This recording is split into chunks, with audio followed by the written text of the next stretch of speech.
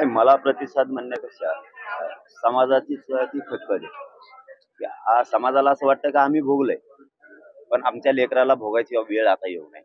म्हणून समाजानंच हे आंदोलन पूर्ण हातात घेतलेलं आहे 10 महिन्यापासून.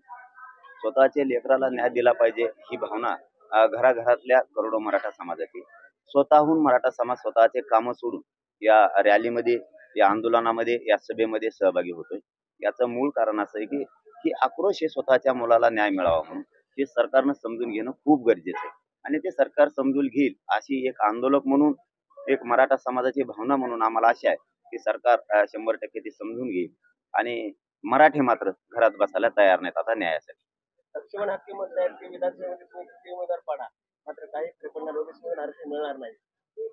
त्यांना विरोधक मानलं नाही, कधी मानणार नाहीत. आम्ही त्यांच्या प्रश्नाला कधी उत्तर देत बी नाहीत, कारण ज्या माणसाला आपण शत्रू आणि विरोधक मानत नाही त्यांना बोलायचं नसतं. हे सगळा करता करविता छगन भुजबळ आणि छगन भुजबळ हे घडून आणतायत. मनोज जरांगे प्रत्येक आंदोलनामध्ये भूमिका बदलतात म्हणतात. ते सगळ्यांना महाराष्ट्राला माहिती आहे, मीडियाच्या बांधवाला माहिती आहे, पहिल्या दिवशी मागणी काय ना आज काय. पाटील तुमच्या अनेक रॅली बघितल्या. कालच्या रॅलीमध्ये फक्त मराठी दिसले नाही, त्यामध्ये इतर समाजाचा सहभाग मोठा होता. मुस्लिम असतील, दलित असतील, काही ओबीसी बांधव सुद्धा या त्याच्यामध्ये होते. हे परिवर्तन आहे काय? कारण एकीकडे 2 समाजामध्ये जरी असं सांगितलं जात आहे, तर तुमच्या याच्यामध्ये सर्व जातींचा समावेश दिसून आला. त्याचं कारण असं की छगन भुजबळ जे करतायत ते सामान्य ओबीसी बांधवांना, दलित बांधवांना, मुस्लिम बांधवांना चांगलं वाटत नाही.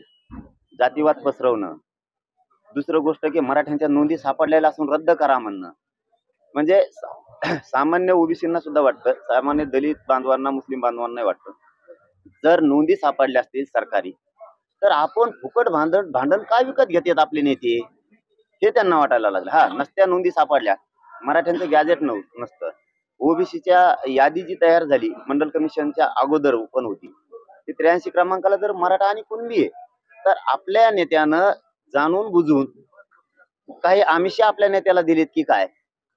का हे मराठ्यांचं भांडण विनाकारण उकरून घेऊन सामान्य ओबीसीत आणि सामान्य मराठ्यात भांडण लावायचं काम करायला लागले, हे त्यांच्या लक्षात आले. म्हणून ते सगळ्या जाती धर्माचे लोक रॅलीमध्ये सहभागी व्हायला लागले. आता तरी सरकारनं आणि ओबीसीच्या मुकादम जो आहे येवल्याचा, त्यांनी सगळ्याचा कार्यक्रम लावलाय ओबीसीत आणि मराठ्यात भांडण लावायचं, त्या मुकादमानं तरी समजून घेणं गरजेचं आहे. पण हाके तुमच्या विरोधात नेहमी बोलताय, पण तुम्ही सतत म्हणताय की मला धनगर समाजाचं कुणीही माझ्या विरोधात नाहीये, ओबीसी समाजाचं कुणी विरोधात नाहीये. तुमच्या टीका होत असली तर ही तुमची भूमिका काय आहे?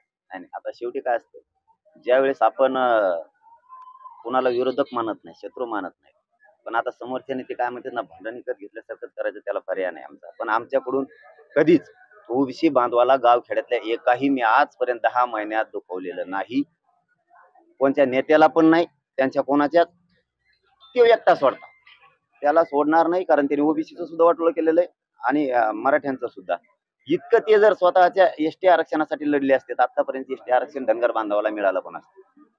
आपल्या विधानसभेत कशी तयार राहील? आपल्याला जर आरक्षण नाही मिळालं तर विधानसभेची आपली तयार कशी राहील? आता ती 13 तारखेपर्यंत शंभूराजे साहेबांवरती विश्वास टाकलेला, 100% आम्हाला ओबीसीतून आरक्षण मिळत. आमच्या मागणीप्रमाणे सगळ्या सोयऱ्याची अंमलबजावणी आमच्या व्याख्याप्रमाणे सरसकट मराठ्यांना कुणबी प्रमाणपत्र द्यावेत ही पहिल्या दिवसापासून मागणी बदललेली नाही. कुणबी आणि मराठा एकच आहे. 83 क्रमांकाला ओबीसीच्या यादीवरती कुणबी आहे, त्या 180 जाती घातल्या, आता त्या 300, 350, 400 झाल्या. म्हणजे बाकीच्या जाती ह्या पोट जाती, उपजाती म्हणून घातल्यात. त्यांचा आणि यांचा व्यवसाय एकच आहे म्हणून त्यांनी घातल्यात. मग कुणबी मराठ्यांचा व्यवसाय शेती आहे, बाकीच्या महाराष्ट्रातल्या मराठ्यांचा व्यवसाय शेती आहे. मराठ्यांची पोट जात म्हणून कुणबी ओबीसी आरक्षणात जात नाही का? बाकीच्या कशा गेल्या? त्यांचा आमचा व्यवसाय तर एकच आहे, त्यांचा आमचा रोटीबेटी व्यवहार पण होतो. जे तुमचे निकष आहेत ते आम्हाला का लागू होत नाही, ही पहिल्या दिवसापासूनचीच मागणी बदललेली नाही. आणि कोणी किती म्हणलं बदलली तर ती बदलत नाही. हैदराबादचं गॅजेट आहे, सातारा संस्थांचं आहे, बॉम्बे गव्हर्नमेंटचं आहे, सरकारी नोंदी आहेत, फक्त त्यांना बोलता येत नाही. म्हणून छगन भुजबळांनी एक काम केलंय, एक 10-20 जण हाताखाली धरलेत आणि बळच बोलायला लावलेत. म्हणजे नाही का, आपल्याला एखाद्या संग जर भांडण करायचं असलं, समोरचा नसला करीत बी तरी उगाच गुताडा द्यायचा, त्याला पेटावायचं कुठून तरी. धनगर बांधवांचं मराठ्यांचं काहीच झालेलं नाही बाबा कधी. कशाला तुम्ही धनगर बांधवात आणि मराठा बांधवात भांडण लावताय? एनटी व्हिजेंटी मध्ये तुमचा वेगळा प्रवर्ग आहे, तुमच्या याला नाही धक्का लागत. साधा येडा माणूस सुद्धा सांगू शकतो की ही 19% लढाई 27% आरक्षणातली नाहीये. वेगळा प्रवर्ग एनटी व्हीजेंटीचा धनगर बांधवांचा आणि वंजारी बांधवांच्या आरक्षणाला मराठ्यांमुळेच नाही, कोणामुळे धक्का लागत नाही. देव जरी आला तरी त्यांच्या आरक्षणाला धक्का लागत नाही. इतकं कळत असून सुद्धा बळच तुम्ही भांडण विकत घ्यायला लागलात त्या येवल्यावाल्याचं ऐकून. हे तुम्हाला तरी शोभतंय का? तर तुमच्या समाजाला समजतंय की हे फुकट भांडण घ्यायचं काम आहे. तुम्ही तुमच्या एसटी आरक्षणासाठी लढा ना. कोटीना मराठा पुढे राहील, तुमच्या ताकदीनं तुमच्या पाठीशी उभा राहील. मी आज सांगतो तुमच्या आरक्षणासाठी, गोरगरीब धनगर बांधवांच्या आरक्षणासाठी, एसटी आरक्षणासाठी तुम्ही लढा. सगळ्यात पुढे मनोज जरांगे उभा राहील. पाटील छगन भुजबळ यांच्या पाठीमागं म्हणजे सरकारची मोठी ताकद आहे असं काय वाटतं? हो, ते तसं करूच शकत नाही. मग ते आताच मधून आलेलं आहे का देतील मध्ये टाकून, मग त्याचं नाही ऐकलं. ते सरकारचंच काम आहे, सरकार त्याला सांगतंय म्हणून तो करतोय. आपले सगळे सोयरे सुद्धा मागणी आहे दादा, मराठ्यांना त्रास देतात त्या ओबीसीच्या नेत्यांना पण मराठ्यांचा सुद्धा पाडा म्हणतो. जे गोरगरीब माझ्या मराठ्यांना त्रास देईल, बरं का बरं मग ठेवायचं? का ठेवायचं? म्हणजे मतदान आम्ही करायचं, मोठं आम्ही करायचं. गोरगरीब ओबीसीने गोरगरीब मराठ्यांनी यांना मोठं करायचं आणि यांनी आम्हालाच गोरगरिबांना त्रास द्यायचा. कशामुळे त्रास द्यायचा मराठ्यांना? काय त्रास देण्याचं कारण यांचं? मग आता हे सत्तेचे मस्तीवर जर त्रास देणार असली, सत्तेतच नाही जाऊ द्यायचं. ती हातात आहे ना आपल्या, एक खटका आपल्या हातात आहे, बाकीचे त्यांचे असले तरी मतच करायचं नाही, पाडून टाकायचं. ही भूमिका स्पष्ट झाली आता निवडणुकीसाठी समोर ही भूमिका स्पष्ट आहे. बघू ना 13 तारखेपर्यंत एकदा म्हणलं की झालं. दुसरा एक माझा प्रश्न आहे, काल तुम्ही खंबीरपणे भाषण करताना थोडासा अश्रू होत नाही काय भीती काय वाटते हे, तुम्हाला? तुम्ही बघा, बोलला की मला एकटं पाडायचा प्रयत्न चालू आहे. काय भीती आहे म्हणा? काय असतं माहितीये का, एवढ्या मोठ्या समाजाचा, गोरगरिबांचा, मराठ्यांचा लढा मी लढतोय. गोरगरीब मराठ्यांच्या लेकराचं कल्याण झालं पाहिजे. आणि काही जणांचं खूप पोट दुखायला लागले, खूप पोट जळी. त्यांचे दुकानं बंद झाली, काही आमचे बी असू द्या, काही म्हणतोय मी, सरकारचे काही. त्यांना असं वाटतंय की हे एक पोरग कुठून आलं, केव्हा दिसलं नाही, इतकं कट्टरतेने जातीसाठी काम करतंय, एवढी समाजावर निष्ठा आहे, हे मॅनेज होत नाही, ही इकत बी नाही आपल्याला. इतक्या केसेस केल्यात, SIT मागं लावली तरी भेट नाही. मग इतकं जर हे निष्ठेनं वागलं तर मराठ्यांना आपल्याला आरक्षण दिल्याशिवाय पर्याय नाही, नसता सरकार पडल. मग त्यापेक्षा याला उघडं पाडा. म्हणजे त्यांनी काही पेरलेत. उदाहरणार्थ आमच्यातलेच काही जण फोडायचे, त्यांना प्रेस घ्यायला लावायच्या, पत्रकार परिषदा घ्यायला लावायच्या, बोलायला लावायचं, त्यांना ताकद पुरवायची, बदनाम करायला लावायचं. आणि मग त्यांनी प्रेस घेतल्याच्या नंतर ज्या कमेंट खाली येतात, त्या कमेंटच्या जोरावरती प्रेस घेणाऱ्या आमच्याच लोकांना असं वाटतं समाजाचा मला पाठिंबा आहे. ते म्हणते तुझं बरोबर आहे, आम्ही तुमच्या सोबत आहेत. पण ते वेगळेच अकाउंट आहेत, ते वेगळेच त्याला बळ देतात आणि त्याला आणखीन अडचणीत तेच आणायला लागले. त्या कमेंट बघून त्याला असं वाटायला लागलं की मला जनतेचा सपोर्ट आहे. परंतु मराठ्यांच्या नजरेतून ते पूर्ण उतारलेले असतात. पण त्या मराठ्यांच्या नावाने टाकायचं. काही काही कमेंट तर असे आता महाच नाव आणि मलाच कमेंट टाकीत आहे. बघा आता कार्यक्रम म्हणजे अकाउंट महा आणि मलाच कमेंट टाकीत आहे. समजा मी वाईट आहे, चांगला आहे, असं माझ्याच नावाला मीच कसा टाकेन बरं? म्हणजे इतके फेक अकाउंट बनवलेले आहेत. मग त्या माणसाला असं वाटतं त्यावेळेस की समाजच माझ्या पाठीशी, पण समाजाला सत्य कळतं. मग तो ओबीसी असो किंवा मराठा असो, तात्पुरती काडी लावायची, वाद लावायचा म्हणून हे काम चालू आहे. म्हणून मी असं म्हणलो होतो की सरकारने मला उघडं पाडायचं ठरवलंय, मला संपवायचं ठरवलंय, मला बदनाम करायचं ठरवलंय. फक्त समाजाने मला उघडं पडू देऊ नका. जर समाजाने उघडं पडू दिलं तर समाजाच्या लेकराचं उद्या सकाळी वाटलं होईल. नाही आरक्षण मिळणार, नाही मिळू देणार. मग आता आरक्षण जर आपल्याला मिळवायचं असेल तर समाजाला, मलाही कुणी नाहीये, मी समाजाला मायबाप मानलंय, मी कुटुंबाला सुद्धा समाजापुढे किंमत देत नाही. मग त्यावेळेस कुटुंब म्हणून, माझा मायबाप म्हणून समाजानं सगळे कामं सोडून ताकदीनं या आंदोलनाच्या पाठीशी उभा राहायला पाहिजे, माझ्या पाठीशी. एवढंच माझं म्हणणं आहे. पण 10 बी मराठे राहिले, शेवटचं सांगतो, तरीही ही मनोज जरांगे मरेपर्यंत मागे हटणार नाही. 288 मतदारसंघामध्ये तुम्ही उमेदवार उभे करणार की नाही त्याचा निर्णय 13 तारखेनंतर आणखी जर उभे करायचे झाले तर महाराष्ट्राला बॅरिस्टर अंकुरे सारखा मुस्लिम मुख्यमंत्र्याचा इतिहास आहे, तर तुम्हाला मुस्लिम मुख्यमंत्री झालेला आवडेल का? कारण तुम्ही उमेदवार पण वेगवेगळ्या जातीचे घेणार आहात. तुम्ही आरक्षणाची मागणी केलेली आहे, हे ब्राह्मण, मारवाडी असले. आताच मुख्यमंत्री ठरवून द्या, आमचं पत्का करून द्या. चाललंय. फक्त माझं प्रामाणिक मत आहे, फक्त तेवढं मी कधी खरं सांगतो. मुस्लिम मुख्यमंत्री होत असेल तेच महाराष्ट्रात, तुम्हाला सांग, आवडेल? अरे बाबा दादा, तेच सांगतो मी की मी कधी मीडियाच्या बांधवांना खरंच बोलतो, कोणाला जास्त एखादी बार तरी बोलत नसेल. मी कधी तुमच्याशिवाय बी चर्चा करत नाही. मी सांगतानाच काय सांगितलं की 288 जर उभा करायचं ठरलं तर सगळ्या जाती धर्माचे राहणार आहेत. परत त्याच्या सरकारनं रूढ पाडली 2 उपमुख्यमंत्री करायची. म्हणलं हो द्या आपले 7-8. मुसलमानाचा एक, धनगर बांधवाचा एक, दलिताचा एक, लिंगायत समाजाचा एक. आता असं कसं तुम्हाला दोन होते म्हणजे आमच्या 7-8 व्हायनात काय? होऊन द्या सगळ्याच एक. आपण आपल्या जातीला न्याय देतो एक दिवसा जातीवाद बंद होईल. होऊन द्या ना, रजपुताचं एक होऊन द्या, लिंगायताचं एक होऊ द्या, दलितांचं एक होऊ द्या सगळ्या जातीचं एक. काय फरक पडला का? हे बघा, याच्या पाठीमागचा बोलण्याचा उद्देश विनोद नाही.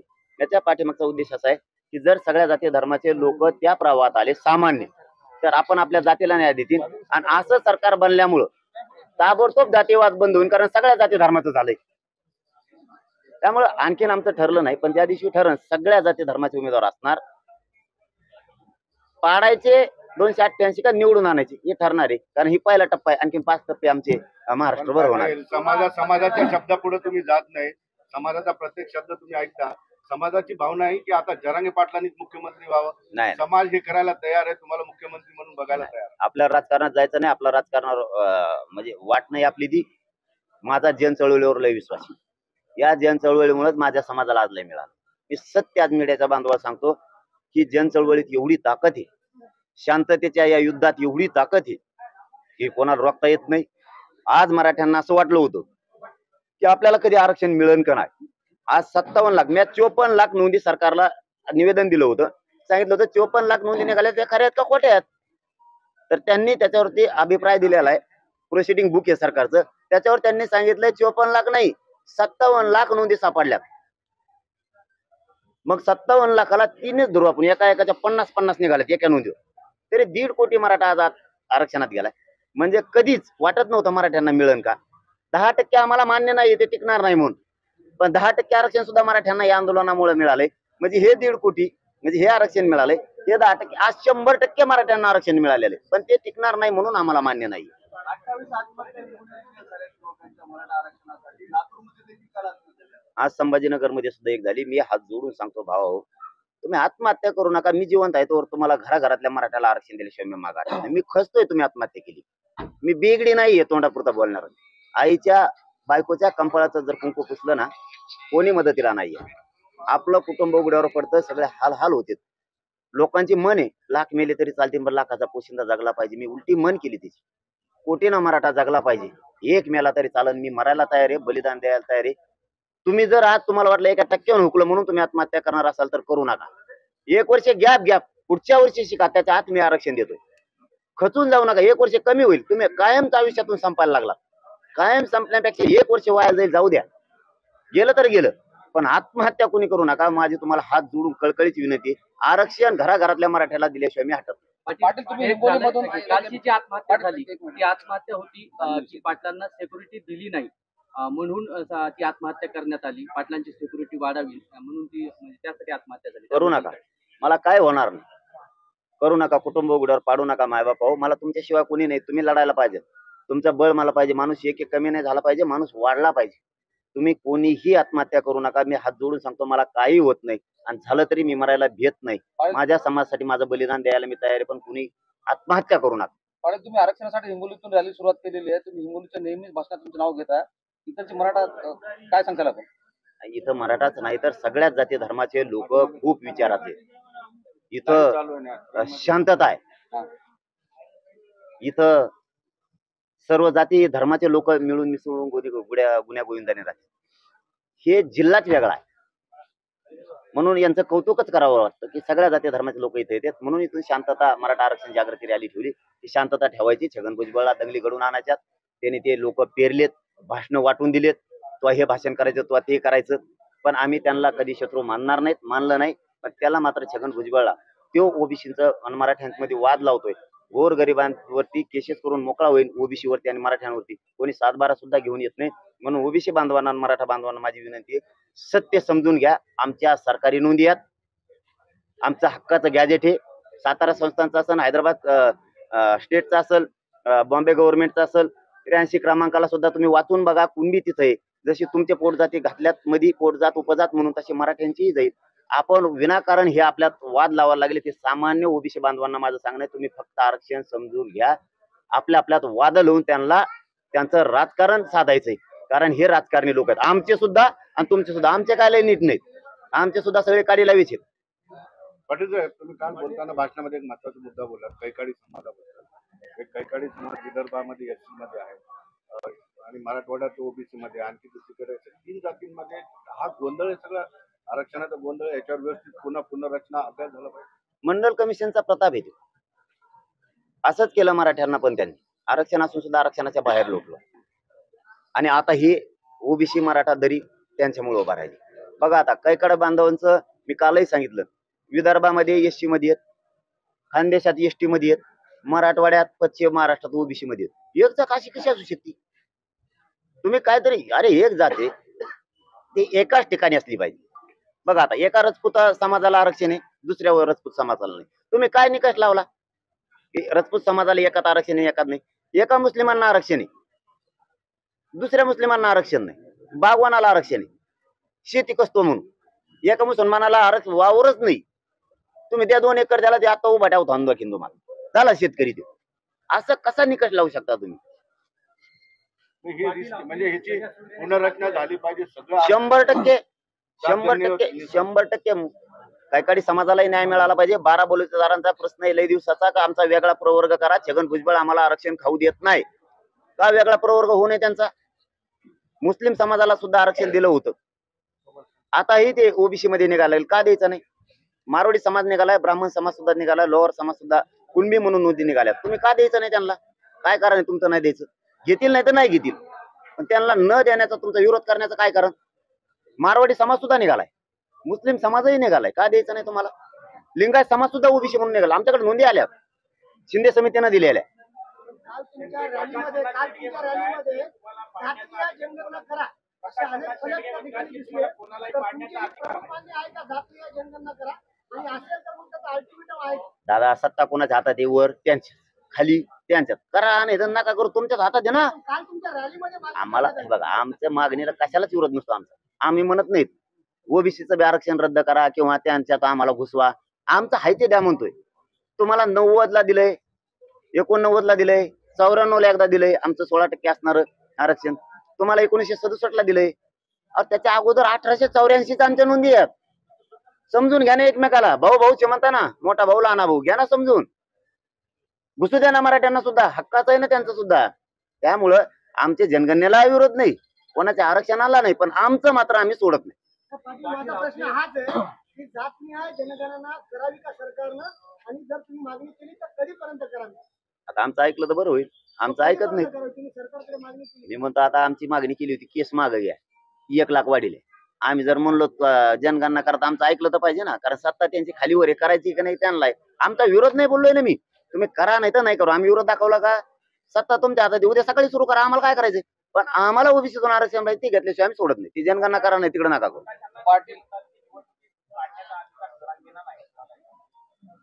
मी शेंडगे भाऊंना उत्तर दिलं नाही कधी, ना तायवाडे भाऊंना दिलं नाही, ना पडळकर भाऊंना दिलं नाही.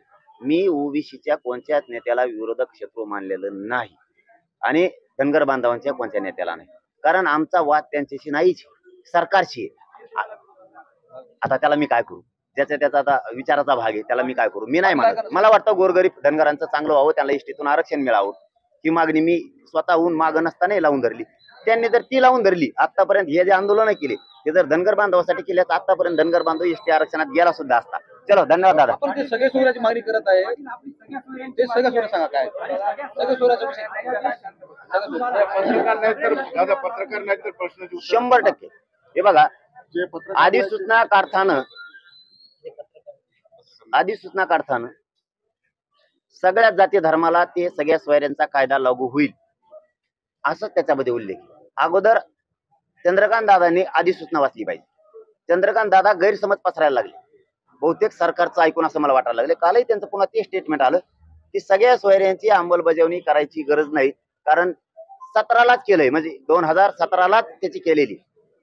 त्यांना हेच लक्षात आहे ना आणखी त्याच्यामध्ये असं आहे. आणि आमची मागणी अशी, ज्या मराठ्यांची नोंद सापडली त्याच्या नोंदीच्या आधारावर ज्या मराठ्यांची नोंद सापडली नाही त्याला कुणबी प्रमाणपत्र शपथपत्राच्या आधारावर द्यायचं. का?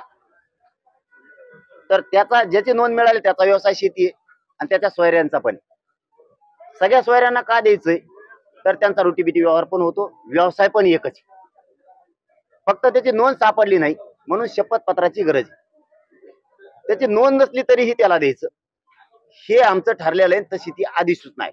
आणि चंद्रकांत दादा उलट सांगत आहेत सगळ्या सोयऱ्यांची काढायची गरज नाही, नातलागाला आधी दिलंय. तुम्हाला नातलग सगळे सोयरे याच्यातला फरक कळतो का दादा? त्यांचं असं म्हणणं आहे सगळ्या सोयऱ्यांची अंमलबजावणी करायची नाही, ज्याची नोंद सापडली त्याच्या नातलागाला आम्ही देतो, सगळ्या सोयऱ्यांना देतो. म्हणजे कोण? ज्याची नोंद सापडली त्याचा चुलता, आजा, पुतण्या. चुलत्याचं आणि पुतण्याचं का लग्न होतं का? त्यांच्यात लग्न करतात का दोघं एकामेका? तुमच्यात करतात का? सगळे सोयरे आणि नातलग हे चंद्रकांत दादाला फरक कळतो का? आमची मागणी सगळ्या सोयऱ्यांची आहे. आणि तुम्ही तिसरंच गैरसमज पसरीत आहे. अंमलबजावणी होणार तर तशीच होणार, नसता ती अंमलबजावणी करू नका, आम्हाला गरज नाही. आम्ही ओबीसीतून कसं मिळवायचं ते मराठी बघ. सगळ्यांनी गुन्हे गोविंदाने आणलं पाहिजे, समान अधिकार मिळाला पाहिजे. मग जे सरकार चालक आहे यांनाच हे नको आहे. ते बोलतायत आम्ही कायद्याने बोलतो, संविधानाने बोलतो. नाही बोलत तुम्ही माणसं पेरलेत.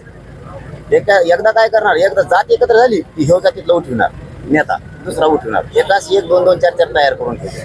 त्यात आम्हीच विचार झालो. आता मराठ्याचे त्यांनी किती उभा केले तरी सामान्य कोण राहायचे. तसंच दलित बांधव, मुस्लिम बांधव, बारा बलुतेदार, ओबीसी बांधव, धनगर बांधवांनी हे ठरवणं आता गरजेचं आहे की नेता कोणकडे उभा राहू द्या. आता जनतेने जातीच्या लेकराच्या बाजूने उभा राहायचा. येणारा काळ सामाजिक एकतेचा असणार पूर्ण 100% का नसणार आहे. आता आम्ही गरीब जातो सत्तेत, जातीवाद बंद करतो, आमचे प्रश्न आम्ही सोडितो. 70 वर्षात यांना निवडून देऊन कदारलो दादा आम्ही. आता आम्ही आमचंच बघतो, देणारेच आम्ही गोरगरीब भांडणार सगळे एकत्रित होऊन सगळे हो ना, सगळ्याचे एक उपमुख्यमंत्री.